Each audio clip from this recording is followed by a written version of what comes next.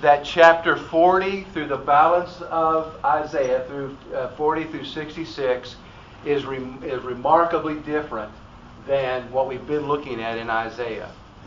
We have been looking at oracles or pronunciations or judgments upon different people groups, God's judgment upon His own people, the warnings interspersed in there were passages of hope, of restoration, and those kind of things. But as we begin chapter 40, the tone changes, the focus changes. If you remember in chapter 39, Hezekiah has recovered from his illness. And envoys coming from Babylon, and Babylon is not a major concern yet. Assyria is still the empire that's in control. They're the ones that most everyone is really worried about. And Hezekiah, when those envoys from Babylon comes, he shows them everything that he's got. And he's so impressed that the king of Babylon would send envoys there to give him gifts, and along with a letter from the king, being grateful that he had recovered. And then Isaiah basically told him that what you have done is not a wise thing, because everything that you have shown the king, the envoys from Babylon, is going to end up in Babylon. And we end chapter 39 with a statement basically that Hezekiah is thinking to himself that at least in my lifetime, things are going to be peaceful. I'm going to live out the balance of my life without experiencing what's going to come. Which shows it does not leave Hezekiah, good King Hezekiah, in a very good light. That's what he's concerned about. He's not concerned about his children, his grandchildren, his great-grandchildren. He's not concerned about the descendants of other people there in Jerusalem and the surrounding area. He's just thinking about his own comfort. We talked about how we can be that way too, because we can think about our own comfort and not down the road about our descendants, of what kind of situation are they going to inherit. So we begin with chapter 40, and you can see that it's almost like, okay, something's happened. And I think what Isaiah is doing, he is seeing beyond his own lifetime, actually. He's looking and he's seeing what's going to be coming. The Assyrian Empire collapses. It is conquered by the Babylonian Empire. The Babylonians continue to grow in strength. And like most kingdoms, the Assyrian kingdom is losing steam. It's losing. It's no longer as strong as it once was. It's weakening, and that enables Babylon to assume basically the world power at the time. And it is Babylon that will take the remaining people that are in Judah, the southern kingdom of Judah, Jerusalem and other areas there. It's going to be the Babylonians that are going to take them captive and displace them. And you know some of these captives. There's Daniel, Shadrach, Meshach, and Abednego. You're probably familiar with a prophet named Ezekiel, who seems to have been one of the captives, even though that he had these magnificent visions about the restoration and what was coming. But Isaiah is going to be talking about and leaning toward those kind of events. There's something else he's going to be doing. He's going to be introducing to us the so-called 4 servant songs. There's 4 of these. The first one we're going to see is in chapter 42. They are about the coming of Jesus. We're even going to see a glimpse of that tonight, about the coming of Jesus. I'll show you what I mean in just a moment. And we'll see that clearly in verse 3 of chapter 40. So we'll begin now. Chapter 40, verse 1. Comfort, yes, comfort my people, says your God. Speak comfort to Jerusalem and cry out to her, that her warfare is ended, that her iniquity is pardoned, for she has received from the Lord's hand double for all of her sins. All right? So that's the first, just comfort my people.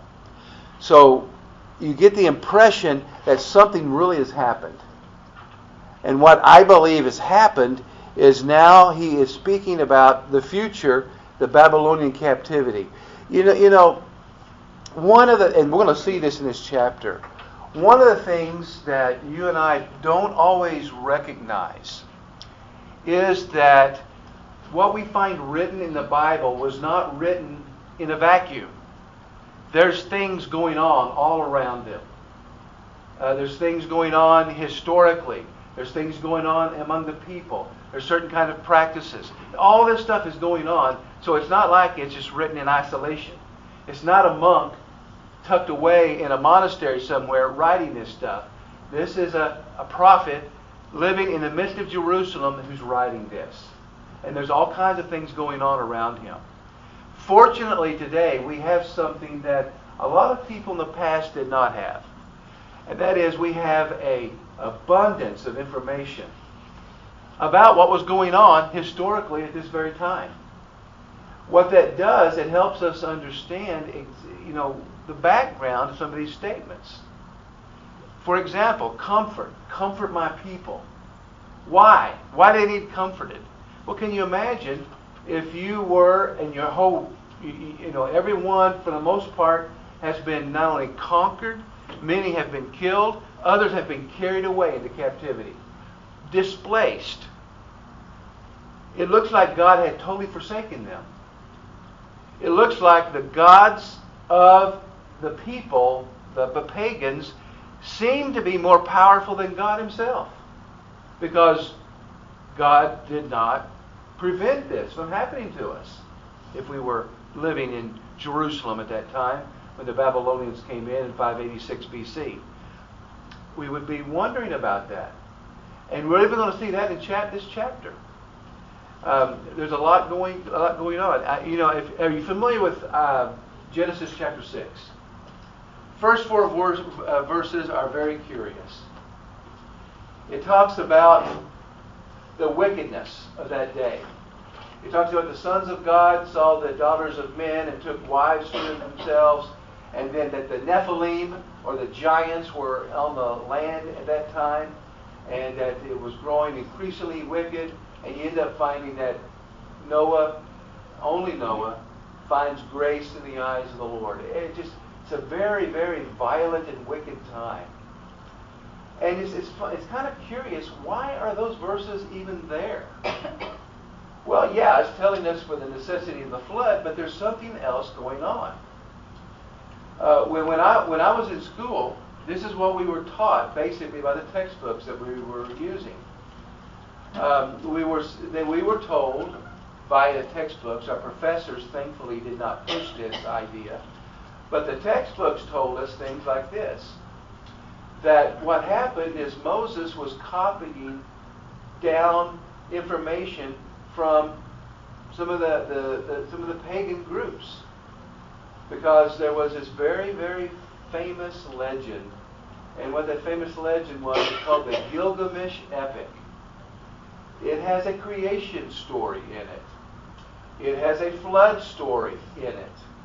It talks about this hero, Gilgamesh, and what all he did.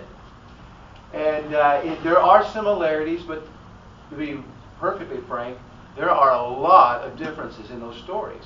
But some of these scholars said, what was happening there, that, what Moses did, he just borrowed from these old Babylonian stories, these myths. And he just wrote it down for Jews. And for a lot of years, that was one of the predominant and liberal Christianity ideas that have been communicated. Fortunately, there has been a lot more research from scholars, and they discovered something quite different. Moses was not borrowing these ideas from these pagan groups. He was correcting them. So when you give to chapter 6 of Genesis, the fancy word is it was a polemic. He was correcting the problem, correcting the story, giving kind of like, have you ever used to remember Paul Harvey? Yeah. He'd tell this long story, and then you'd have a commercial or something, and then he'd come back and the rest of the story, he'd say that. Well, that's kind of what Moses did. He was correcting all this falsehood and giving the what actually did occur. Now that's important because Isaiah is going to do it too. He's going to pull back the shades, as it were, pull back the curtains, and allow us to see exactly what was taking place. Even when it seems like God had totally forsaken His people, He had not. And He would not. But He had to punish them because of their wickedness, because of their sin. He warned them repeatedly. And they still, as a people, continued to rebel against God. And God told them He would punish them. If they didn't return, they didn't repent, they would suffer the consequences. They didn't return, they did not repent. Therefore, they suffered the consequences. So, that's just a little bit here to tell you. But it begins comfort. Yes, comfort my people. God's not done. He has not, even though it looks like it from your human perspective, He has not abandoned His people. Now we move on to the next verse, verse 3. Look at verses 1 and 2. So Isaiah 40, verse 3. The voice, it's interesting that in his first few verses we have three voices speaking. We have the first one, comfort, comfort my people, says the Lord. But then we have another voice, but this voice is not identified as the Lord's voice. It just bursts on the scene and tells us this. The voice of one crying in the wilderness, prepare the way of the Lord. Make straight in the desert a highway for our God. Every valley shall be exalted, and every mountain and hill brought low, and the crooked places shall be made straight, and the rough places smooth. The glory of the Lord shall be revealed, and all flesh shall see it together, for the mouth of the Lord has spoken. These verses right here are incredibly important. Incredibly important. Usually about every Easter, there will be a ABC or maybe PBS, one of those networks will have a story about something to do with Jesus. I remember a number of years ago, Peter Jennings had one called The Search for the Historic Jesus. And they had predominantly, every once in a while they have a conservative scholar, but for the most part they had liberal scholars. And the liberal scholars would say, well, Jesus never claimed to be God. And his early followers really never claimed to be God. It was only about 300 years later that the church then began to exalt Jesus and claiming that He might be God. Okay? You follow that? And that's what you would hear. I want to dispel that right now. I'm going to in a moment I'll dispel that. Some would say, well, the Gospel of John, which almost universally is accepted, is the last of the Gospels written. Probably written about 50 years after the ascension of Jesus. Still in the lifetime of a lot of the eyewitnesses, but much later. And in the Gospel of John, there are those statements that Jesus says that looks like He is saying that He is indeed God.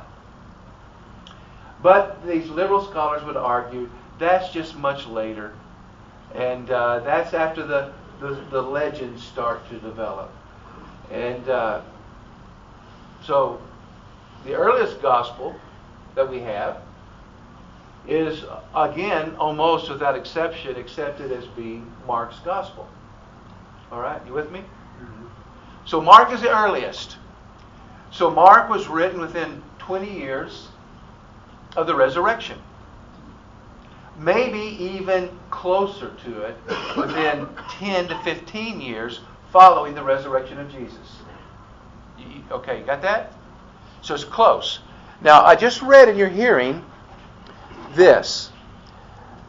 The voice of one crying in the wilderness, prepare the way of the Lord. Now, look at the word Lord. You got it in your Bibles? You looking at it? Do you notice that is Lord in caps? L-O-R-D, which tells us, you may know what it tells us when we see that in the English Bible? It's God's name. It's not a reference simply to God. It is God's very name. All right, you got that? You got a hold of that, right? All right. Now let's flip over to Mark's Gospel. You know, it's Matthew, Mark, Luke, right? I'm teasing. Okay. You know what it is. If you had a Bible like mine, I'd tell you the page number, but you probably don't, so you won't be able. Your page will be different. I want you to listen to this. Listen to what Mark right out of the gate. He can't wait to say it. Yes. Mark 1. Mark 1. Okay. We didn't hear that part. Yeah. Well, yeah, I may have thought it and didn't say it. Okay. Right out of the gate. Listen to what Mark says about Jesus. The beginning of the gospel of Jesus Christ, the Son of God. It is written in Isaiah the prophet, or you may have a translation that says, in the prophets, behold, I will send my messenger before your face, and you will prepare your way before him. That's from Malachi. That is a quotation from Malachi. But verse 3 says this, the voice of one crying in the wilderness, prepare the way of the Lord, make his paths straight. So where is Mark quoting from? Isaiah chapter 40, also verse 3. But listen to what he's saying. The voice of the one crying in the wilderness, prepare the way for Yahweh. The covenant name of God. The God that met Moses on the mountain. The God of Abraham, Isaac, and Jacob. The God that created all things. That God is the one coming. Who does Mark say it is? Same one.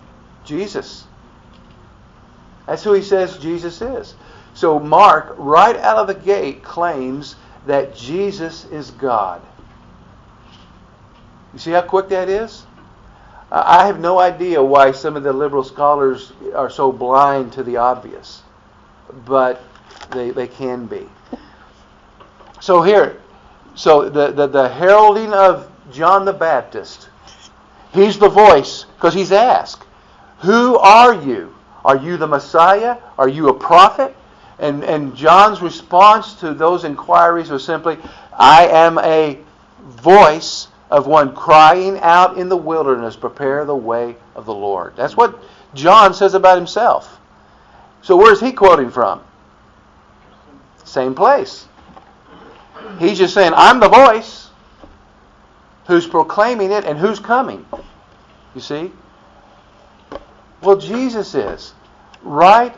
The earliest followers of Christ, following the resurrection, came to believe without question that Jesus not only was a man, but he is also God. And you may be thinking I'm making too much of this, but I'm really not. I want you to get a hold of this, that when you hear these yahoos come on and say silly things that Jesus never claimed to be God, you need to say, wait just a moment. Not only did Jesus claim it, so did his followers. And most of us don't realize how big such a claim would be. Because the Jews, after that Babylonian captivity and after the Greek period of history and into the Roman period of history, the Jews would not ever call a man God. Never. As a matter of fact, them's fighting words. And yet here are all these followers of Jesus right in the earliest days saying that Jesus not only is a man, not only is he the Messiah, he is God himself. That is tremendous. Well, anyway, we go on. Here's the third verse, the third voice speaking out. The voice said, cry out. And he said, what shall I cry? All flesh is grass, and all its loveliness is like the flower of the field. The grass withers and the flower fades, because the breath of the Lord blows upon it. Surely the people are grass. The grass withers and the flower fades, but the word of our God stands forever.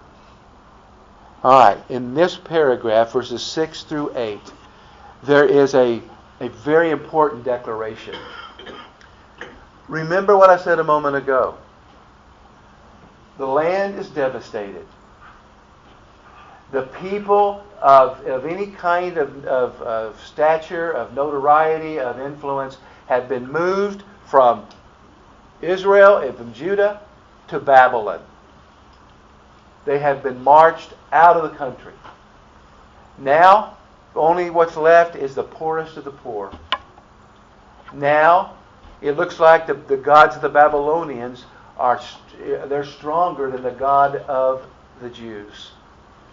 And what is God saying through Isaiah? No. All flesh is like grass. All of its loveliness is like the flower of the field. The grass withers and the flower fades because the breath of the Lord blows upon it. The people are grass. Let's talk about the Assyrians. All powerful people, but not before God. What about the Babylonians? The Assyrians weren't able to capture Jerusalem, but the Babylonians did. What about the Babylonians? Aren't they a powerful people? Aren't they a people that should be feared? And God's saying, no, they're grass. They wither. The frost gets them and it just withers away. And then we have this affirmation that's very important. You probably heard this. You may not have known where it was located, but you probably have heard of it. The grass withers and the flower fades, but the word of our God stands forever. Regardless of what it looks like, God can never be defeated. Regardless of what it seems like, God will never abandon His people. He will punish them, but He'll never abandon them. And then we move into more of these kind of statements about God and His power. For the sake of time, we might drop down just a little bit to verse 12. Notice this. Who? A series of questions. Who has measured the waters in the hollow of His hand? Measured the heaven with a span, and calculated the dust of the earth in a measure? Who has weighed the mountains in scales and the hills in a balance? Who has directed the Spirit of God? Who is His counselor who taught Him? With whom did He take counsel, and who instructed Him and taught Him in the path of justice? Who taught Him knowledge and showed Him the way of understanding? Okay, who? That's a question. No one. The answer is no one. But here's what, remember I told you a moment ago that this wasn't written in a vacuum. There are things going on. Okay, let's talk about the Babylonians. What did they believe? They believed that the Creator gods, also received instruction from other gods on how to do it. They had counselors.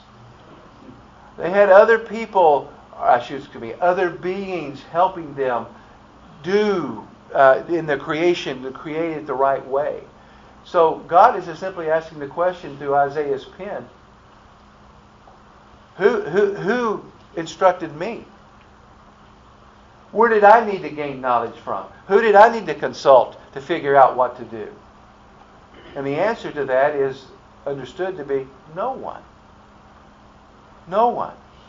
But remember if you and I were there, if we were there at that time, it would look like that all is lost. It would seem that God is either given up on us or that the Babylonian gods are stronger than He is. They're maybe smarter than He is. And Isaiah is affirming, as God's Spirit is inspiring him here, to say exactly the opposite. No. None at all. It gets even better. Let's talk about the Assyrians are fading, but the Babylonians are coming to full power. And in the ancient world, that was an intimidating thing. When a nation got powerful enough, an empire got strong enough, they took whatever they wanted. There was nothing you could do about it. They took whatever they wanted. So what are these nations, these powerful people groups? How does God view them? Well, verse 15.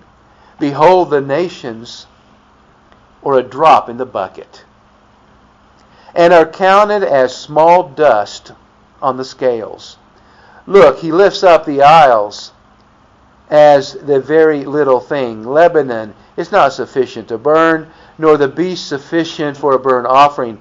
All nations before Him are as nothing, and they are counted by Him less than nothing and worthless. What's the point? What looks like a powerful empire before God is nothing, even less than nothing. So it's, in one sense, it's reorienting the thinking and the understanding of the people that, listen, God is the Most High. There is no one, and Isaiah is going to repeat this later in the latter part of the book. He's going to say, I am the Lord, there is no other. There is no one like me. There's no other gods besides me. And that kind of declaration is affirmed in the fact that these nations that seem so powerful are literally before God nothing. That's why the psalmist says that He who resides in heaven laughs at the rebelliousness of people. Those that are rising up against Him, He just chuckles because of how futile their efforts truly are. Questions or comments? So, there's no other gods,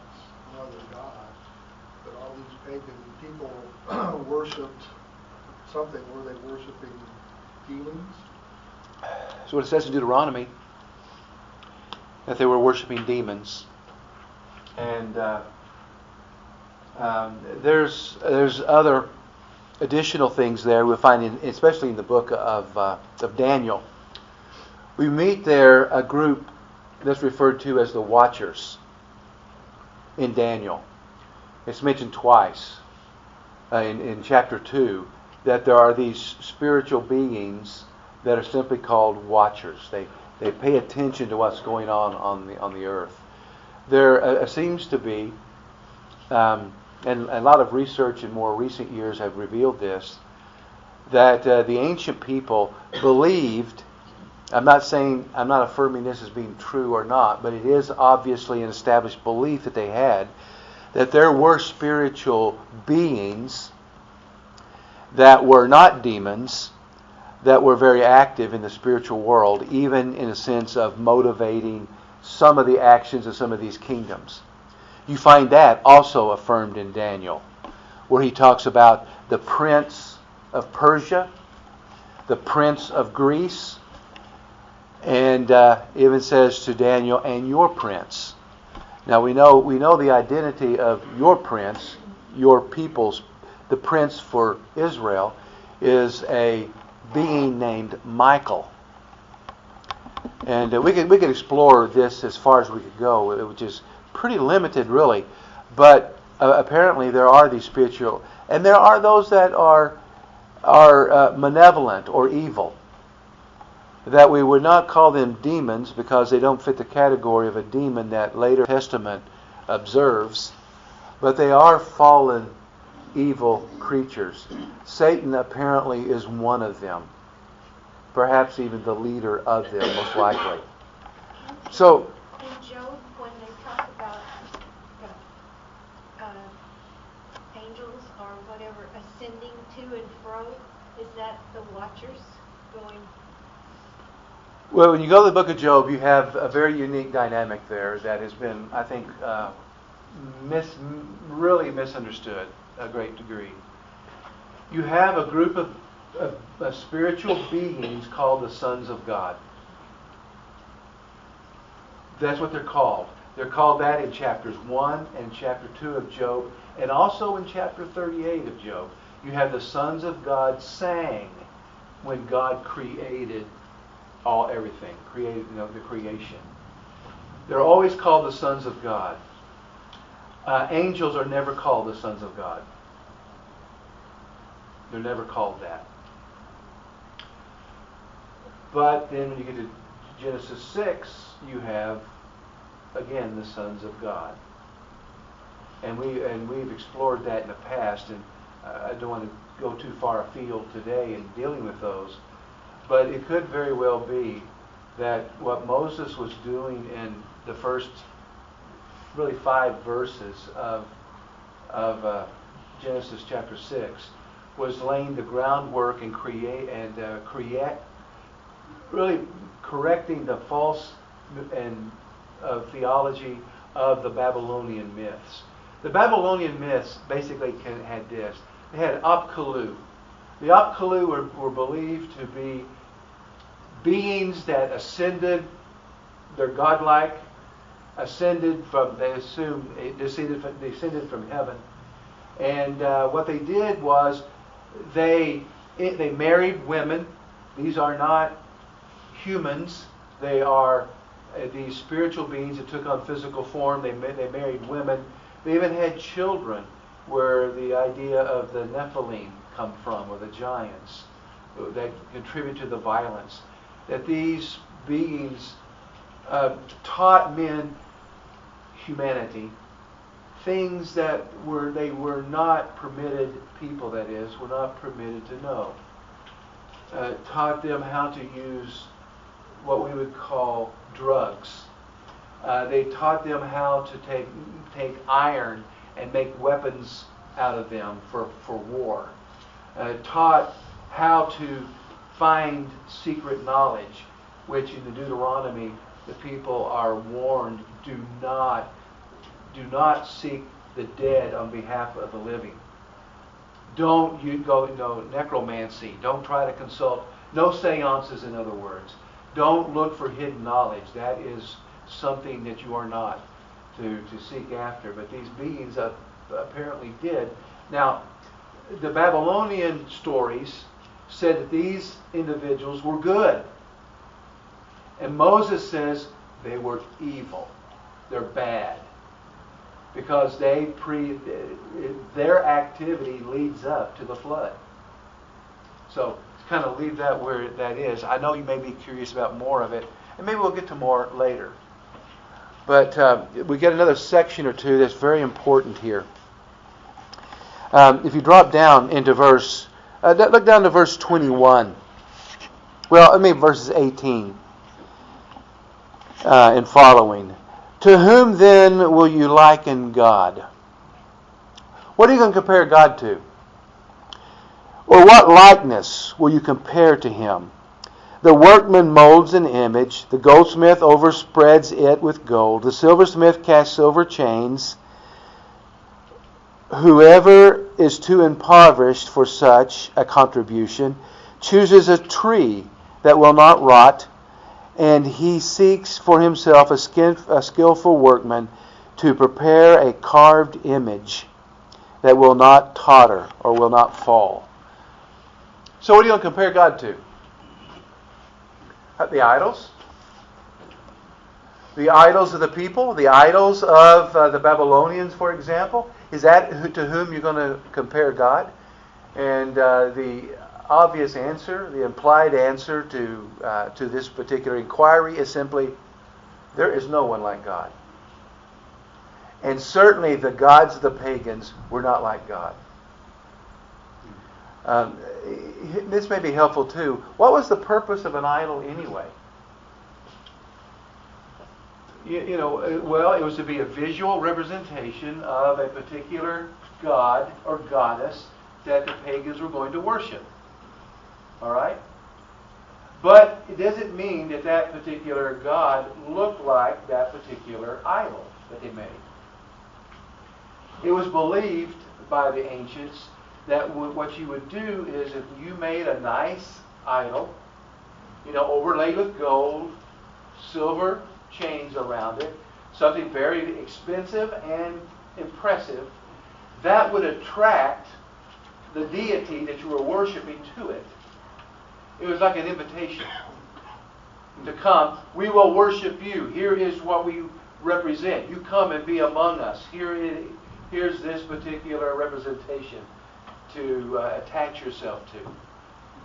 And that's why you find in the Ten Commandments you have a prohibition. You will have no graven images. And what's the first thing that the people did? A golden calf. Now, the golden calf is kind of indicative of what I just described as the purpose of an idol. Why? Because this is what Aaron said to the people. They donated their earrings and their nose rings and every other kind of ring. They donated those, melted down, fashioned into a golden calf. But this is what Aaron said. He told the people, this is the God who brought you up out of Egypt. He was not saying this is some pagan god. This isn't Ra, one of the Egyptian gods. He's not Baal. He said this calf is the God who brought you out of Egypt.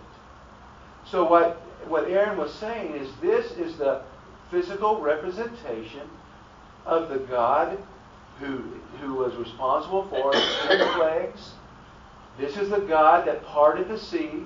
This is the God that killed the Egyptian army in the sea. This is the God that has been feeding us with manna. This is the God who gave us water from the rock. This is the God that did that.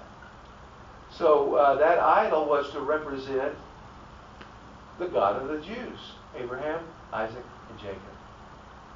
And God did not take kindly to that. Because that was something you were not supposed to do. In other words, this might be helpful for certain segments of Christianity. You do not beckon God to serve you. Yes. You don't do that. You don't tell God what to do. You don't control God in any sense. And lo and behold, do we not do those very same kind of things? Have you ever been aware? I'm not asking anybody to identify that you've done this or not, but if you're even in a crisis, have you ever bargained with God? God, if you do this, I will do that. That's kind of the supreme, let's make a deal. I think God in His mercy overlooks a lot of our nonsense. But the one thing that we don't do is we don't call God, you come and do what I say. We think we can do that sometimes. But that's not going to happen. That's not going to happen. The whole issue of prayer, yes, we ask God for things, but we don't demand things. I remember when years ago,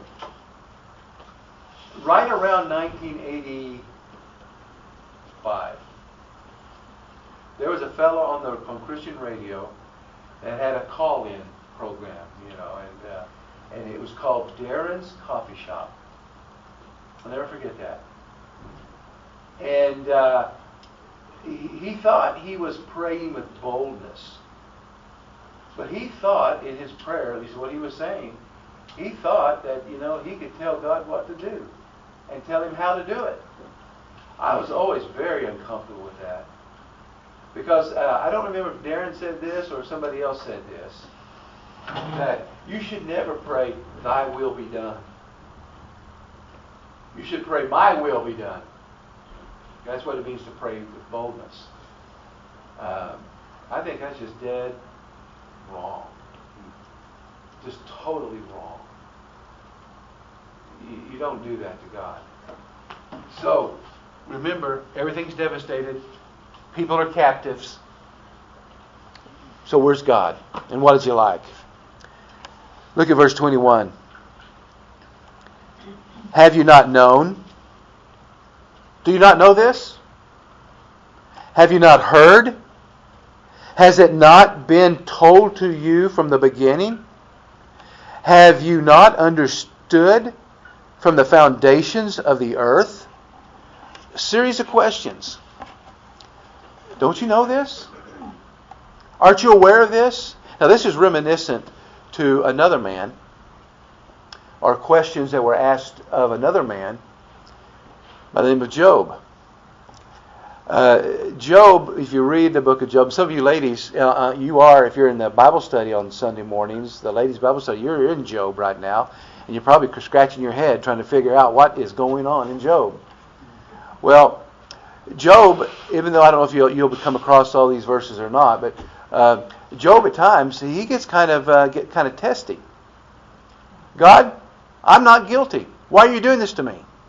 And he kind of, in a sense of, he wants God to kind of, you come and defend yourself. I've got questions.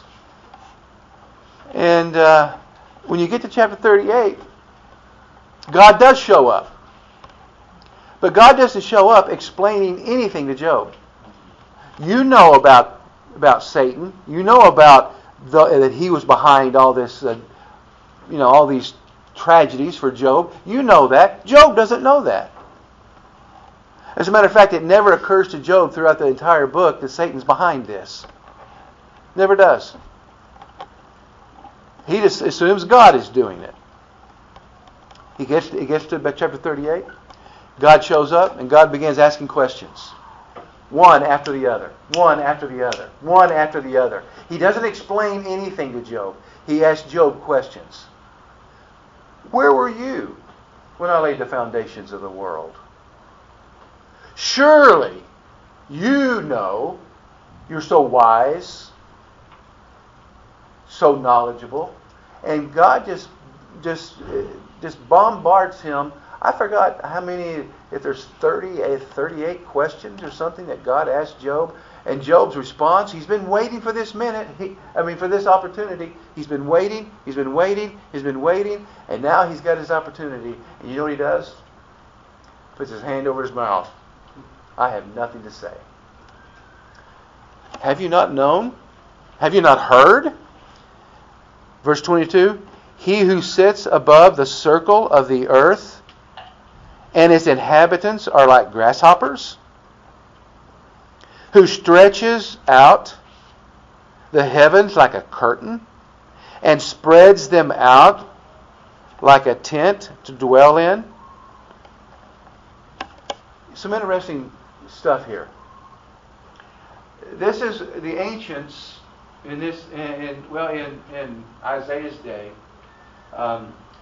They weren't astronomers, but they describe things as they saw them. The phenomenological explanation. So when they looked at, when you go out, if you were sitting on a level plane and you look around, what does it look like? Well, what it looks like is you take a bowl and turn it upside down. You can see the edges, right? And if it's not obscured by anything, you turn it all the way around, you see the edges all the way around you, right? The horizon. And then you see above you, right? So you can understand why it looked like a bowl that was turned upside down. That's how they would describe it. So who is it that sits above that? God does. God does. The next thing, though, is very, very, I think this is pretty cool. I'll be ready to tell you next. And he's the one that spreads out, how's it worded here in the translation I'm using? Who stretches out the heavens like a curtain. A number of years ago, a scientist, a physicist named Albert Einstein developed his theory of relativity. Einstein thought he could not understand. He thought he had made a mistake. And he even built in some fudge factors to try to take away from his theory of relativity the implication of what he was saying. At that time, most scientists held to the position that matter, what the stuff that stuff is made out of, stars, the earth, rocks, dirt, all matter was eternal, had always existed. That's what they basically held to. And the theory of relativity indicated that no, creation itself, the universe itself, had a beginning. Didn't tell us when or anything like that, but that it had to have a beginning. So it was that matter was not eternal. Einstein didn't like the results of that at all. But as other people that were smart enough to understand his theory of relativity began affirming the same thing, that his equations indicate that there was a beginning to the universe. 1929, a fellow from Marshfield, Missouri, who grew up there, by the name of Edwin Hubble, out in California in an observatory, looking at the stars, discovered something. Hadn't been seen before. And as he observed the universe, as the observable universe that he could see with the particular apparatus he had there, the telescope that he had, he even invited Einstein to come out and see this for himself. What did he see? He saw red shifts of light. That's quite interesting, the red shifts of light. Now, you may be looking at me like, what's the big deal? You know, you can see stars twinkle. You can see a lot of things when you look, you know, different things like that. But here's the idea that this is basically what it revealed. This is going to be a very rough drawing, okay? Here's the Earth. All right. Now, of course, we've got the 9 planets, and, you know, we've got the sun, and we've got our moon and all that. You just imagine those things. But what Hubble discovered with the red shifts of light is everything that he was looking at, no matter which direction he was looking, everything he was looking at there, because of the red shifts of light, indicate that everything is moving away from us. Everything in the heavens are moving away from us. Now, are you getting this? So what's the big deal, right? He stretches out the heavens like a curtain. Do you ever do that?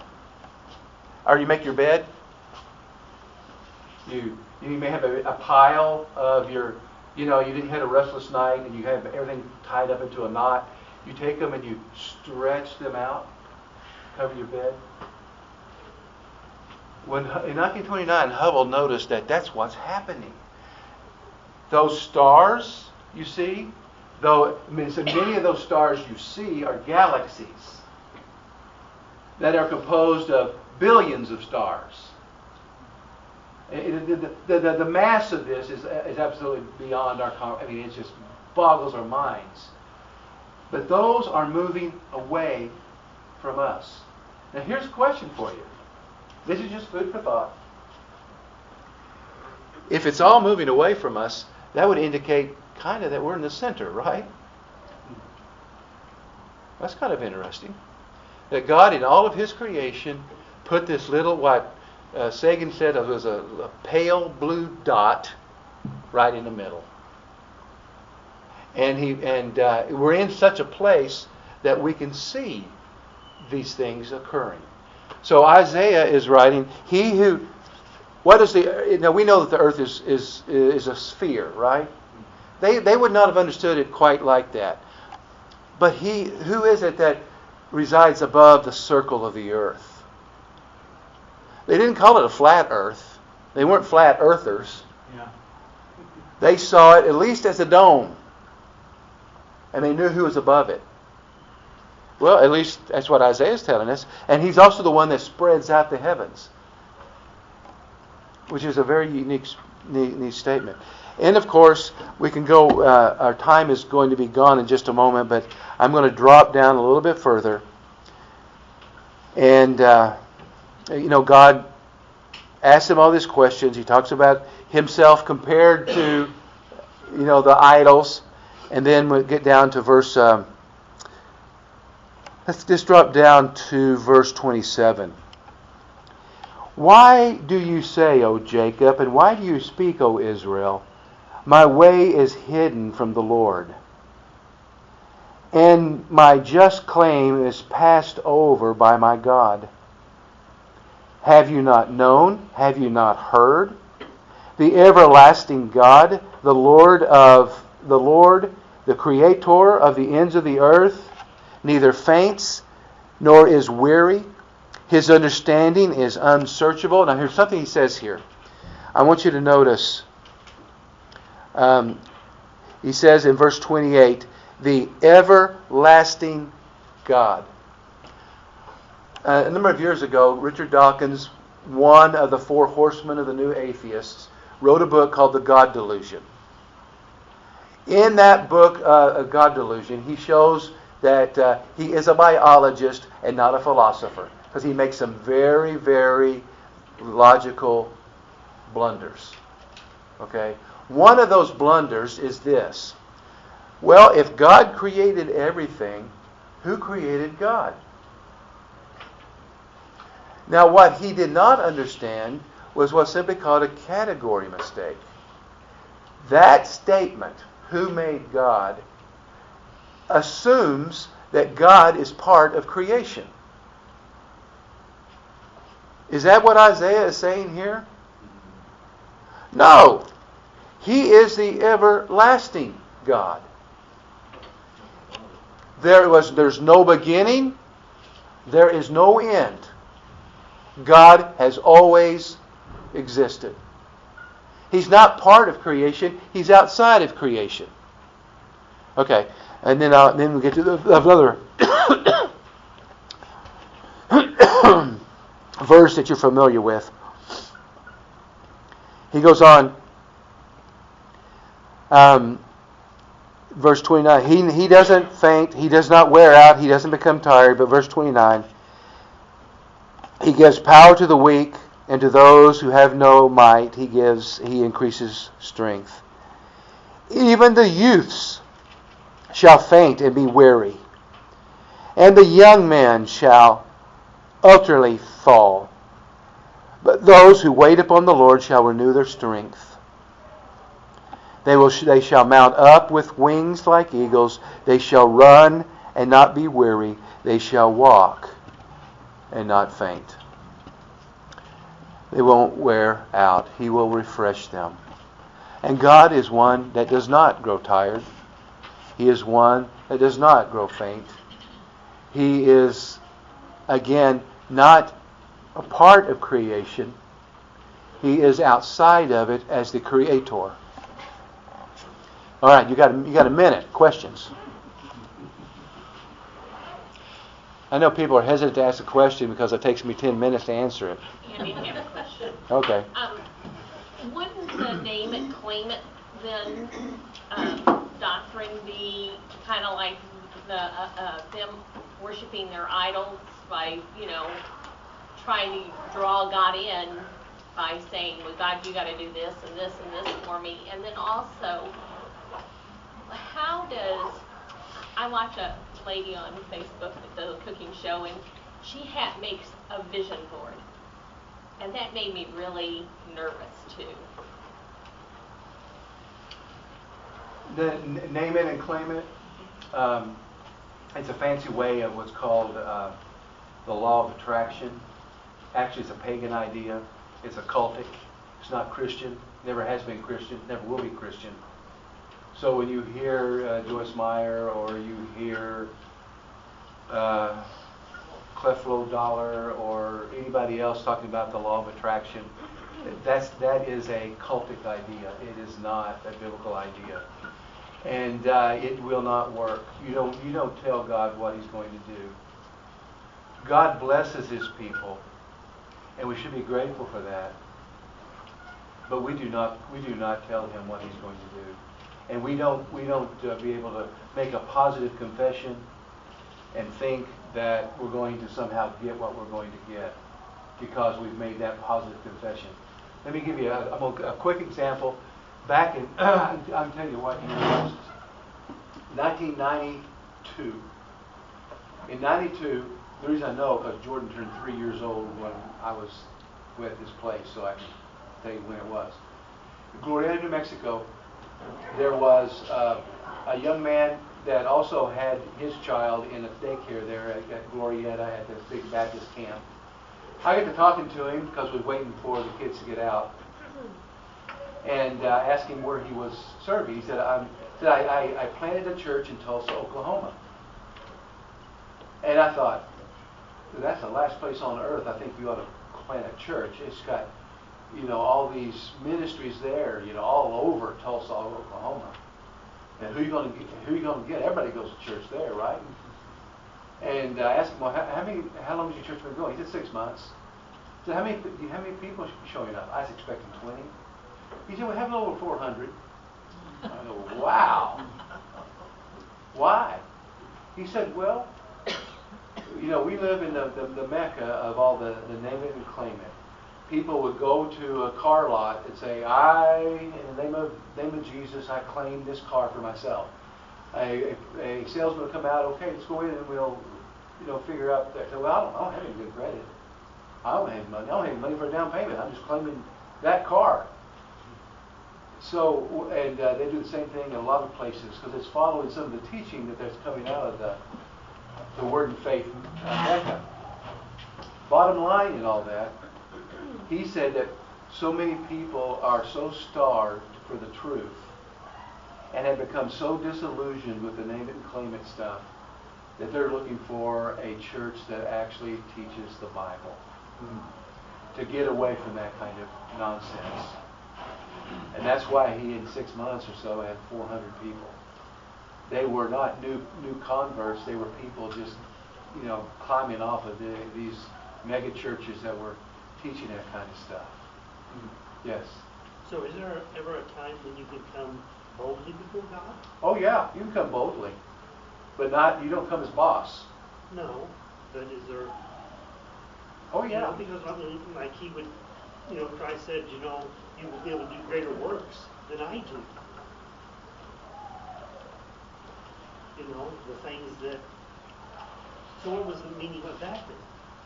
Well,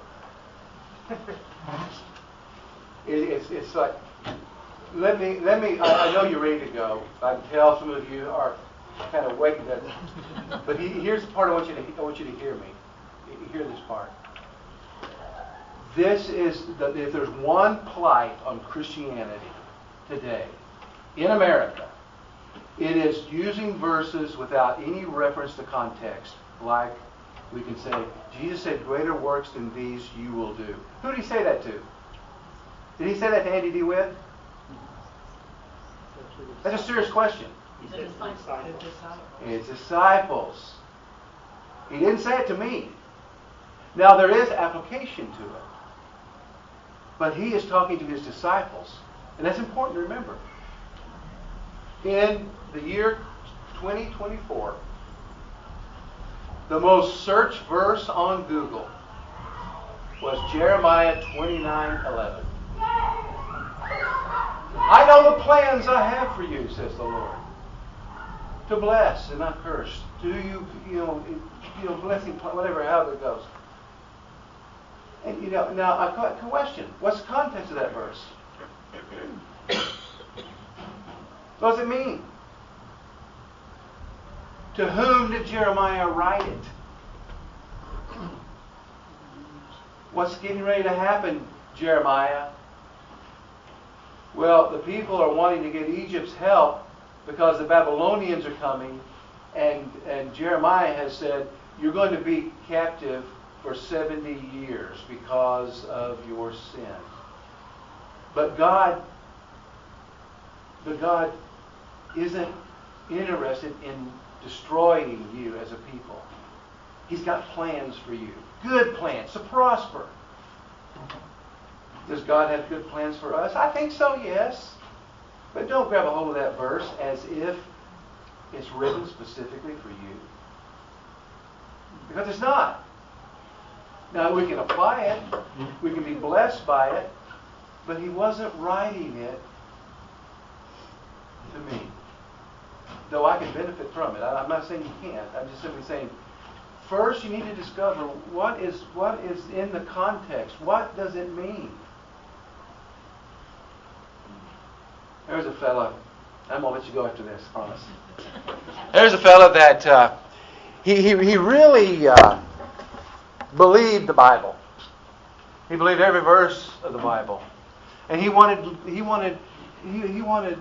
leadership of what he was supposed to do with his life. So he did the old flop and stop method. You know what that is? That's what he did. And he began, pointing out, he did that once, and he pointed at a verse, and it kind of thrilled his heart that that verse that's for me.